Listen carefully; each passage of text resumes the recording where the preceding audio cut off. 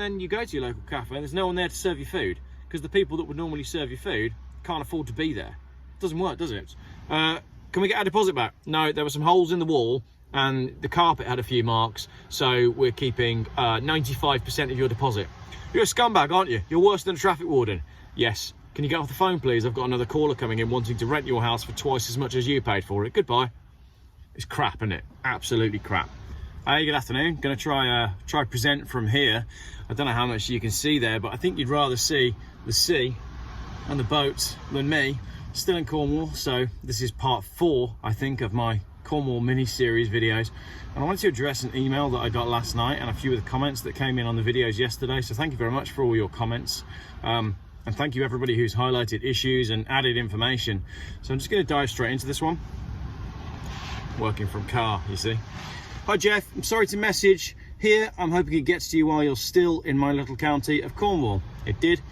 Thank you, by the way, for coming here and trying to make light of some of our issues. It's no problem. It's just a duty that I have. I've got a little bit of a subscriber base. If I find something wrong, I'm going to call it out. While you're here, please do a little research into the council's new housing projects.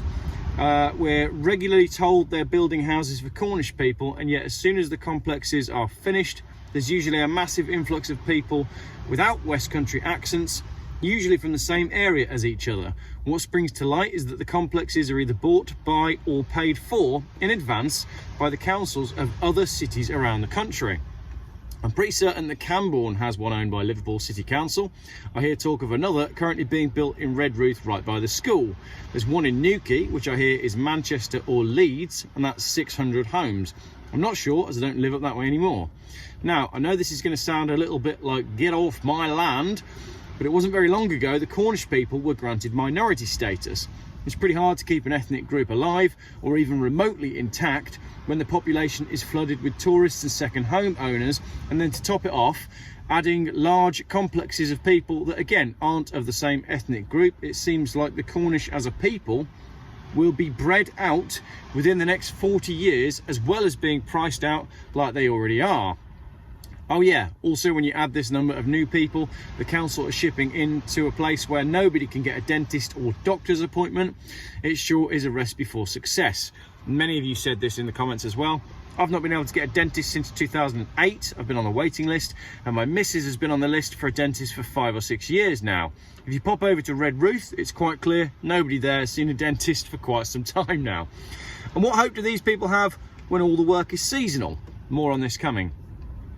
I'd like to add, if the cities are paying for the homes for these people and paying them a sum to relocate to the new home, I don't imagine they're moving upstanding members of society down here. They're moving their problems and making their crime and unemployment levels drop by moving them elsewhere.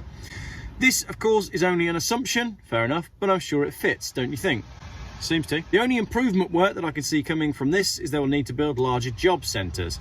Another option I would love for you to cover or do some research on is the number of people that work for Cornwall Council that are not born here but are retired from up the line, living in what was their second home, telling us what we can and cannot do. Great point. Everything seems to be allowed if it's to do with tourist related projects, but heaven forbid if you want to, say, open a racetrack or do any kind of motorsports, in fact, anything that might upset a tourist or a second homeowner. This means a large portion of people here are unemployed, as in winter all the jobs are seasonal. There's also some stuff here about Falmouth as well. Falmouth, I'm pretty sure, is the second deepest natural harbour on the planet, but we can't run any larger ships as you're not allowed to dredge the silt out of the area, and the road network isn't accommodating for proper traffic. If it was opened up and a semi-decent road network put in from the A30, you'd be able to pick up some of the larger container ships headed to Southampton and have all the infrastructure associated with that, so transport, maintaining the ships, trucks, loading, unloading, etc, etc. That'd be a massive amount of year-round jobs for the locals. That's a really good point. I'm sorry to ramble on, Geoff. Don't worry, I ramble on as well. But I love your show. I called it a show. It's just me making some poxy videos. And what you highlight, and I was so pleased to see you here, and I just wanted to add what I've noticed over the years. This is our home. It just doesn't feel like it's for us anymore. Thank you so much. Cheers, Carl, for that comment. I know you don't mind me reading it out, but some of the points that Carl raises there, absolutely key. Next up, I've got a couple more interesting things that I want to present to you. Another YouTube commenter. I live in Wadebridge. We have new affordable housing being built, but they are not affordable for the locals. They're 339 grand. Rents have gone through the roof, with a room in a house costing what it should cost to rent a 2-bedroom house. £500 a month plus for a single bedroom. And this is Wadebridge as well. There's very few jobs and there's not really any university. I think there's a college not far away, but that's a lot of money. I'm also a bus driver in Newquay, so we have seen the issues created by the hotel being used to house the immigrants. There was a lot of anger on both sides of the coin. We have far too many issues in Cornwall around the cost of living and the living wage. Problems with second homes here is they're not only removing houses from the market and driving prices up, but they also cause towns and villages to become completely seasonal, removing jobs from the locals all year. Currently, the only work readily available to people without a trade are supermarkets, holiday house cleaners and takeaway staff, and hotel staff and carers. So with little full-time work available all year round, it's not difficult to see why there are a lot of local people homeless. The next issues that will come through over the coming years: lack of amenities being added for the extra homes. It was already not easy to get into local schools, doctors and dentists 5 years ago, and now it's nigh on impossible to get appointments. Hospitals were already hit really badly. We know the NHS is crumbling. Everyone who I know who works in the NHS says the NHS is crumbling. I don't think Cornwall will be a good place to bring up kids soon. It's already had major issues with drugs and violence, and it always did. It's always had issue with drugs, like I said, but since the influx of northern undesirables, it was painted this way due to the northern local councils not wanting them anymore. Maybe speculation, but if you listen to the councils, it does coincide with how places like St Ozzel got a large influx of families from places like Liverpool and Manchester very quickly and into social housing. We now seem to have major issues with county lines type drug sort of things and vulnerable locals. I love living in Cornwall, but I do worry about what life my kids will have if it carries on the way it is here. So another long and quite complex comment full of absolutely brilliant stuff. A chap called Mark Paul says, present situation in East Cornwall is estate agents vet all tenants and say if a property is advertised at £1,000 a month, they pass the vetting and then they're put into an auction to bid the highest rent. The bidder willing to pay the highest rent gets the house. That is insane. My son was outbid on a £1,000 per month property and he bid £1,750. Goodness knows what the winner must be paying. And that's for 6 months, and then it's back to square one and you never get your deposit back because the DPS always side with agents and false evidence. I have learnt to realise that estate agents, particularly lettings agents, in my book are now lower than parking wardens. Parking wardens and parking ticket and parking enforcement officers, well done. In my book, you have now gone a notch above estate agents. You are the lowest of the low. You are scumbags and you are profiteering. Also, being an estate agent is the easiest job in the world, isn't it? Hello, have you got any houses for rent? No, they're all gone. Can you put me on the list? No, the list is full. When are you doing viewings on that house? We're already full for viewings, we've got no more. Can I pay you over the odds to rent that house? Yeah, sure, but you're gonna have to pay more than the last person that phoned me up and said, can I pay over the odds to rent the house? And then on the flip side, when you are a tenant, hi, there's a problem with the plumbing. I'll speak to the landlord. Hi, did you speak to the landlord? Yeah, he said he wasn't gonna do anything about it now. Hi, there's a problem with something else. I'll speak to the landlord. Did you speak to the landlord? Yeah, he said he's not gonna do anything now. Hi, we're moving out. Can we get our deposit back? No. Can you come and inspect the house first? No, has to be afterwards. Can we get our deposit back? No, there were some holes in the wall and the carpet had a few marks, so we're keeping 95% of your deposit. You're a scumbag, aren't you? You're worse than a traffic warden. Yes. Can you get off the phone, please? I've got another caller coming in wanting to rent your house for twice as much as you paid for it. Goodbye. It's crap, isn't it? Absolutely crap. It needed to be stopped 10, 15 years ago. Absolutely. As far as where we live, as far as that's concerned, this village itself, I mean, there's other places in Cornwall that are exactly the same. Yeah. But I think it's gone too far now. Yeah. And I don't think you'll ever get it back. I mean, the housing market is still, it's plateaued a little bit, but it's been rising for what, 30 years. Yeah. You know, I bought my first house in Portland for 15,000 quid. Yeah. I sold it for 50.